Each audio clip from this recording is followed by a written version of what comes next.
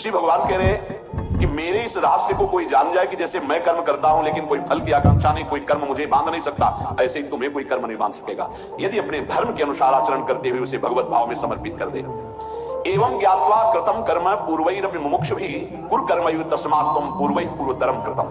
पूर्व काल में मुमुक्षुओं ने इसी प्रकार जानकर कर्म किए हैं, इसलिए अर्जुन तू भी पूर्वजों द्वारा सदा से किए जाने वाले कर्मों को ही उन्हीं की तरह कर। मुमुक्षु माने होता है मेरा कल्याण हो जाए, मैं मुक्त हो जाऊं। ये हजारों जन्मों की पवित्र साधना के बाद उत्पन्न होता है, इसीलिए ये किसी के हृदय में जल्दी नहीं उत्पन्न होता। भारी व्याकुलता कि मैं मुक्त हो जाऊं बहुत कठिन है। जब तक संसार के किसी भी भोग में राजी हो तो मुमुक्षुता नहीं जागृत होगी।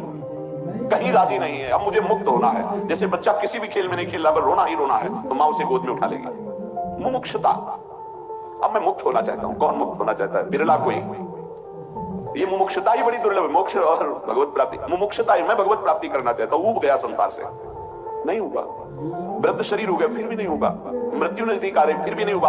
आखिरी श्वास तक ऊब जाता तो भगवान की प्राप्ति हो जाती। आखिरी श्वास में राधा बोल दे भगवत प्राप्ति हो जाएगी। अभी रास्ते में एक श्लोक लिखा, किसी विज्ञ ने दिखाया, ऐसे लिखा। भगवान शिव पार्वती जी से कहते हैं, जो राधा राधा कह के पूजन करता है, राधा राधा कह के दंडवत करता है, अभी दिखाया था श्लोक। छोटी सी पूजा वस्तु है, राधा राधा कह के बहुत बड़ी हो गई, हरि उससे प्रसन्न हो गए, कितना सुंदर हमको मिला है राधा नाम। भगवान अर्जुन को कहते हैं कि मुमुक्षुता, मैं मुक्त होना चाहता हूं। तो कैसे मुक्त हो गए? तो कहते जो तुम्हारे बड़े महापुरुष जिस मार्ग में गए उसी में चलना। पूर्वज माने बड़े महापुरुष जो गए हैं, महाजनों गतेन स पंथा, महापुरुष इसमें गए। आज सब अपने नए पंथ का निर्माण हो रहा है, पहले ऐसा नहीं होता था। जिस मार्ग में गुरुजन जा रहे हैं उन्हीं के पद चिन्हों पर चलना। मनमानी अधिक मात्रा में, कोई महापुरुष बिरला ही आचार्य परंपरा की महिमा को लेकर के चलते हैं, नहीं तो अपने मन के अनुसार कभी परमार्थ नहीं होता। परमार्थ के अनुसार मन बनाया जाता है। सिद्ध बनने के लिए सिद्धों के अनुसार चलना होता है, तब सिद्ध होता है। यहाँ मनमानी अधिक हो रहा है, गुरुमानी शास्त्रमानी बहुत कम। अपने कर्तव्यों का जो हमारे पूर्वजों ने महापुरुषों ने किया वैसे करोगे तो आप मुक्त हो जाओगे, आपका कल्याण हो जाएगा। अन्यथा बंधन नहीं है। आप कर रहे हो मुक्त होने के लिए, लेकिन मनमानी तो बंधन ही है। जैसे पीछे भगवान ने उदाहरण किया था जनकादि आदि का, विवस्वान का नाम लिया, मनु का, इक्ष्वाक आदि का। भगवान कह रहे हैं मुमुक्ष को, जो संसार से मुक्त होना चाहता है, बहुत ध्यान देने का विषय कह रहे हैं, उसे महापुरुषों का अनुगमन करना चाहिए जो आचार्य परंपरा से है। यह परंपरा इसीलिए बनी हुई है कि हमें कोई भूल चूक नहीं होगी। मनमानी से हम अपने मन को ना जोड़े, हम आचार्य परंपरा से जोड़े। आप जिस भक्ति में, अभेद भक्ति में चलना चाहो तो आद्य गुरु भगवान शंकराचार्य जी हैं। सखा भाव में चलना चाहो महामहिम श्री भगवान वल्लभाचार्य जी हैं। जो भाव लो, महामहिम निम्बार्काचार्य जी, रामानंदाचार्य जी, रामानुजाचार्य जी, श्री हिताचार्य जी, श्री स्वामी हरिदास जी, महाप्रभु चैतन्य, बड़े बड़े महामहिम स्वरूप भगवान ने धारण किए मार्ग प्रशस्त करने के लिए। हमें महापुरुषों के पद चिन्हों पर चलना है, मनमानी नहीं।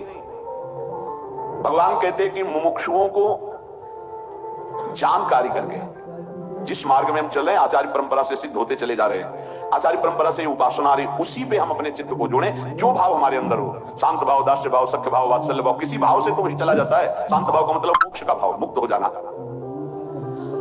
जो अपने कर्तव्य कर्मों का पालन नहीं करता, महापुरुषों का अनुगमन नहीं करता, वो सिद्ध नहीं हो पाता, वो मुक्त नहीं हो पाता है।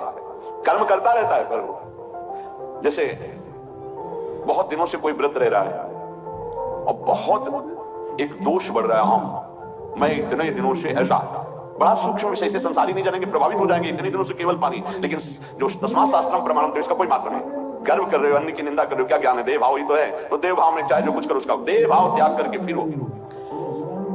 जो कर्म करते हुए योग में स्थित रहता है वही कर्म योगी भगवत प्राप्त होता है। कर्म करते हुए योग में स्थित रहना, योग किसे कहते हैं? तेसाम सततयुक्तानाम भजताम प्रीतिपूर्वकम ददामि बुद्धि योगम तम। यदि आपकी जिह्वा से राधा राधा राधा ऐसा निकल रहा है, आप कर्म कर रहे हो, उस कर्म को भगवान को समर्पित करते हो, कर्म योग हो रहा है। योग में स्थित होते हुए कर्म हो रहा है।